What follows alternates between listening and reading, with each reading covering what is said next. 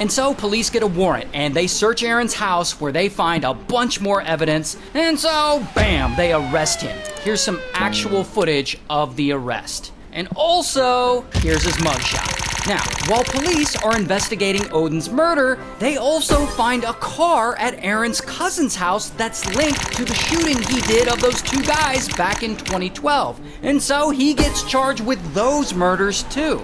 And ultimately, both the goons that he murdered Odin with, they get convicted and they're sentenced to 4 to 7 years in prison.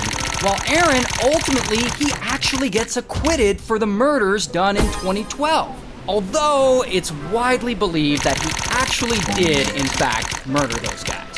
However, regarding the other murder he's actually accused of, Odin's murder, he actually is convicted of that, and for that he's sentenced to life in prison.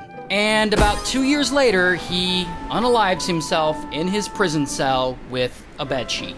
And afterwards, his family donated his brain to science, where researchers at Boston University found that he had a severe case of CTE, which is, of course, the brain disease that a lot of football players get from being hit in the head so many times, which explains a lot of his paranoia and erratic behavior. Also, he was apparently secretly gay. Like, if you care about that aspect of his life, I don't know, a lot of people do.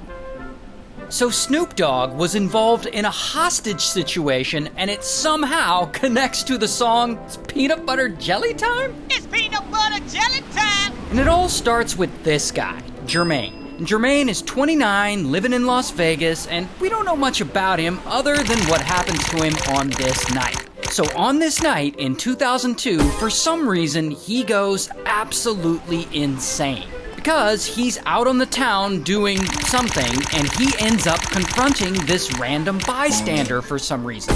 And Jermaine is all pissed off, and suddenly he pulls out a pew-pew, and blam, he fires it. And the bystander is of course scared, and he runs away. Moments later, he sees a police officer, and he flags him down, and he's like, this crazy guy's on the street, and he's shooting a pew-pew.